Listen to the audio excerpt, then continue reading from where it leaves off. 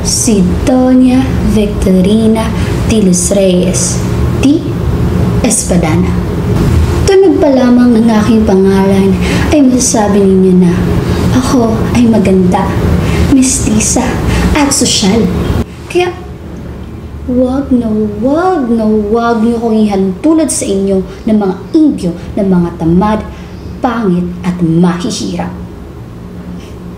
Kaya kayo, kumalang kayo dahil hindi niyo ako kasing katulad. Ako ay mas mataas sa inyo sapagkat ako ay tunay na may dugong Espanyol.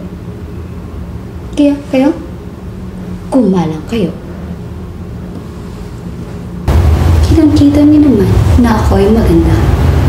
At noong kaaking kabataan, maraming naliligaw sa akin. Nangangarap na masungkit ang aking puso. Ngunit, bakit ko ba sila sasagutin?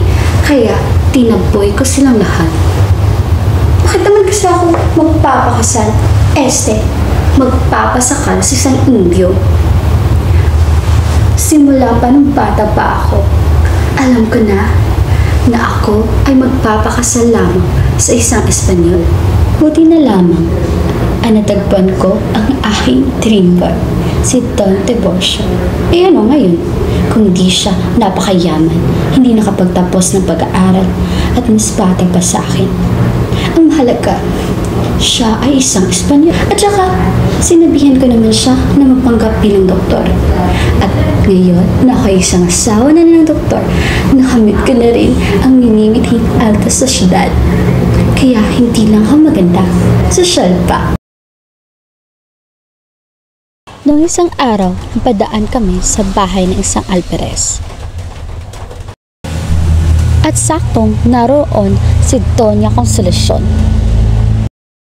Isang asawa ng isang alperes na hindi naman kagandahan at ang ubod pa ng kapikean.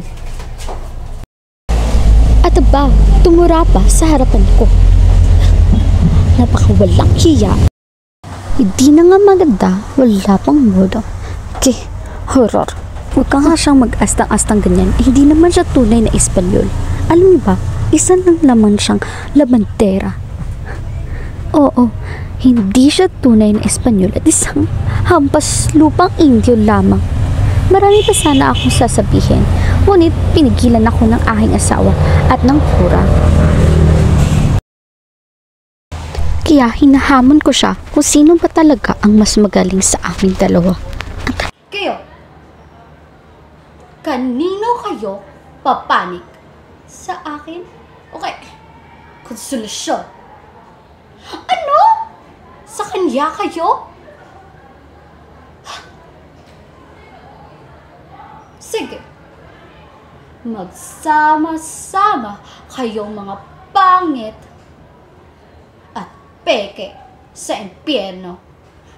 At kami magkaganda, mestiza at sosyal lamang ang may karapatan at narapat sa langit.